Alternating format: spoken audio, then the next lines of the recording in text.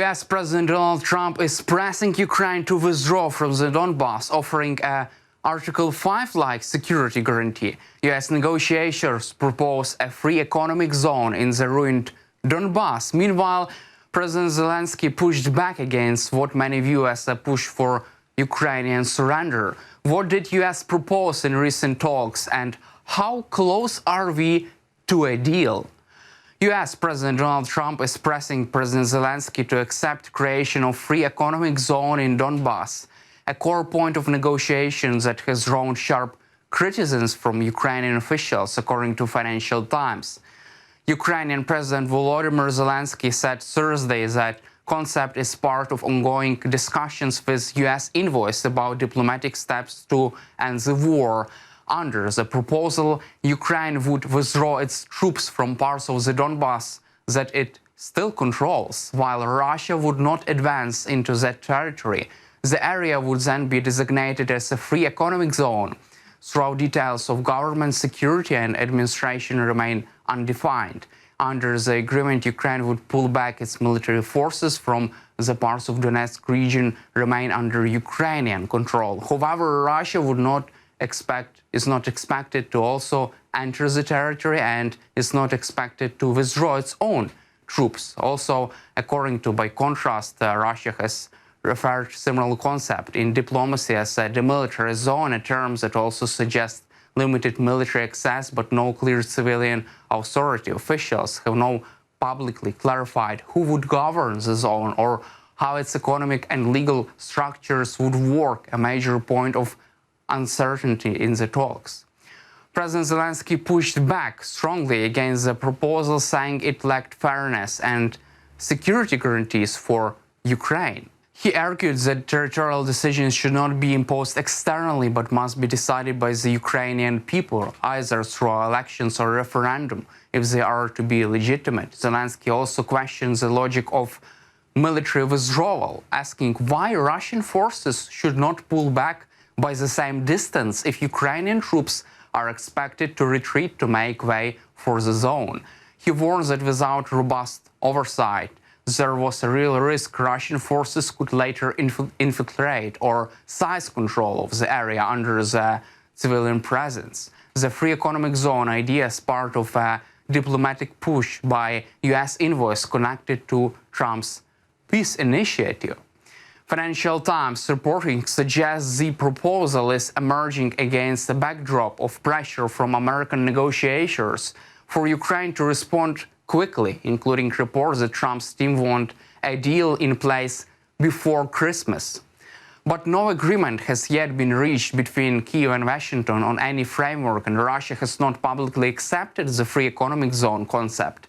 Moscow's official position has not been released, and Russian authorities have far refrained from making positive statements about this. Ukrainian leaders and analysts see several unresolved issues.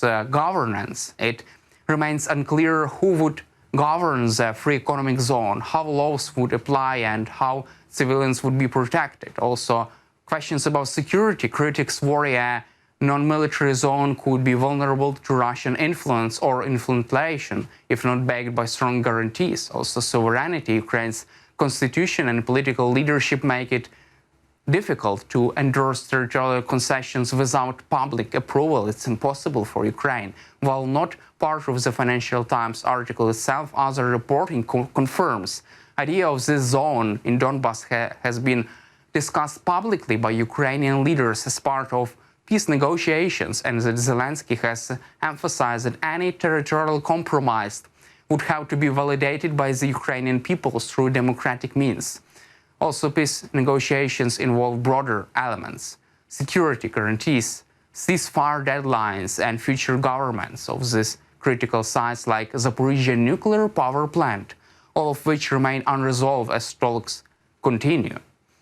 Negotiators from US, Ukraine, and European allies are now shaping what could become the framework of long-term peace deal to end the war in Ukraine, according to the Washington Post, even though no agreement has yet been signed between both sides. Officials involved in discussions say the emerging elements reflect lessons from more than 3 years of war aiming to protect Ukrainian sovereignty while providing Russia and its neighbors with assurances against future escalation. The outliners are still fluid, and Moscow has not publicly consented.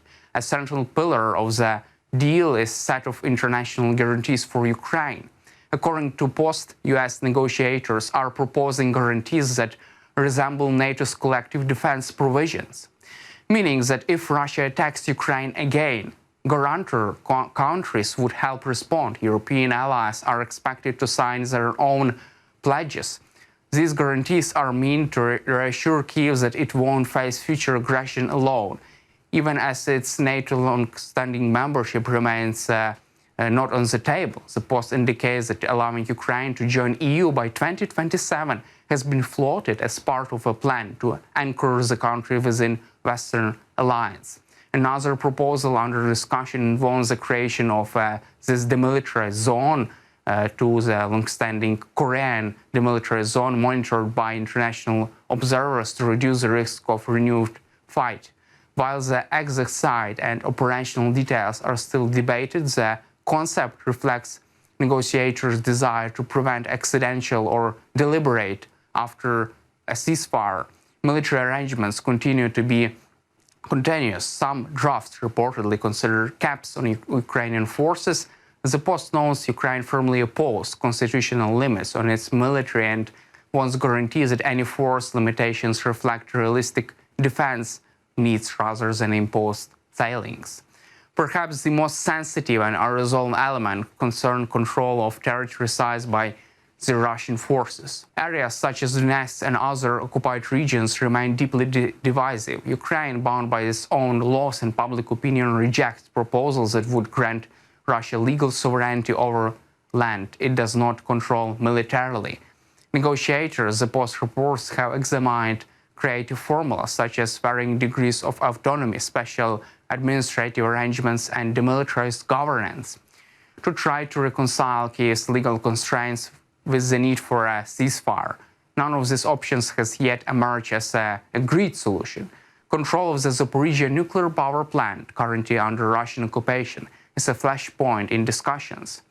Post describes proposals that international, possibly US or multilateral oversight of the site might serve as a deterrent to further Russia's incursions and reduce tensions over nuclear safety risks in a post-conflict setting.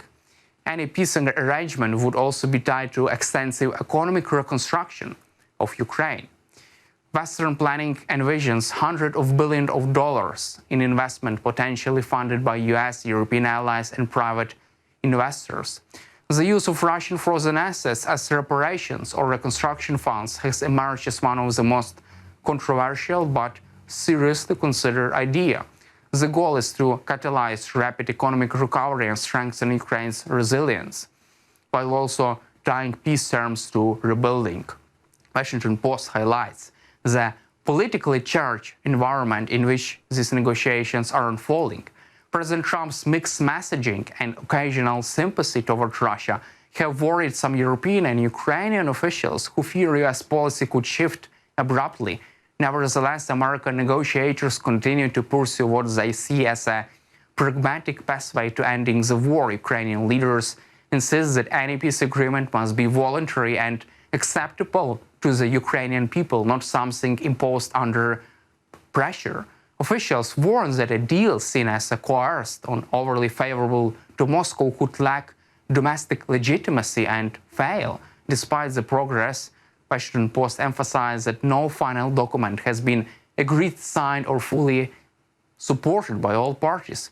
The most difficult issues, including territorial status, military arrangements, and the exact nature for security guarantees, remain in flux, with Moscow's stance still unclear. Still, negotiators involved in the process describe the work as creating the first coherent vision of peace deal, one that might provide a foundation for ending the fighting and enabling Ukraine's long-term recovery. That's all for today. Subscribe to our YouTube channel and glory to Ukraine.